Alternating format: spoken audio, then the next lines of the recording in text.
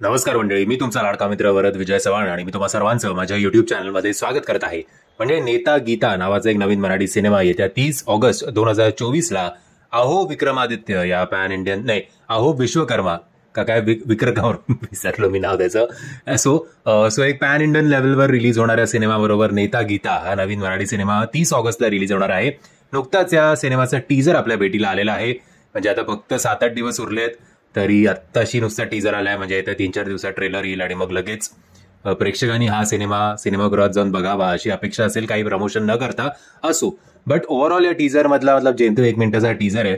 But G one line आहे ती स्टार्टिंगच्या 5-10 सेकंडमध्येच मी जरा इम्प्रेस झालो. का? कारण एक या सिनेमाचा नायक आपल्याला बोलताना दिसतो की गीता, अध्यात्म आणि लिडरशिप यापैकी कुठलाही विषय आपल्या कॉलेजच्या सिलेबसमध्ये आला नाही पाहिजे. आणि मग बाईकवर आपल्याला एक रॅली दिसते, निळे झेंडे असतात तिकडे. सो निळे झेंडे म्हणजे आत्ता आपण एक ज्यांना रिप्रेझेंट करतात ते आहे का असंच एक इमॅजिनेशन, एक फिक्शनल असं काहीतरी ते झेंडे आहेत, किंवा कॉलेजमधल्या काही काय बोलतात त्याला संघटनेचा तो झेंडा आहे. हे आता काय आहे बघण्यासाठी आपल्याला हा सिनेमागृहात जाऊन बघायला हवा. बट एक गोष्ट आहे की अध्यात्म आणि गीता याच्या विरोधात एक मॉडर्न जनरेशनचा मुलगा उभा राहतोय आणि कोण धर्म जिंकणार की अधर्म जिंकणार, आय थिंक हे ओव्हरऑल जाणून घेण्यासाठी आपल्याला या सिनेमाच्या ट्रेलरची किंवा ओव्हरऑल हा सिनेमा जेव्हा सिनेमागृहात रिलीज होईल त्याची वाट बघावी लागेल. पहिले 5-10 सेकंड नो डाऊट इम्प्रेसिव्ह आहेत. आता बघूया ट्रेलरची, मी तरी वाट बघतोय.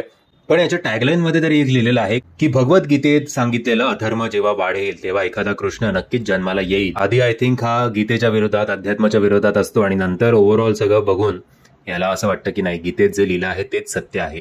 तुम्ही जर हा टीजर बघितला नसेल तर त्याची लिंक तुम्हाला खाली डिस्क्रिप्शन बॉक्समध्ये देतोय. टीजर बघितल्यानंतर तुमचं या टीजरबद्दल काय मत आहे कमेंटच्या माध्यमातून कळवा.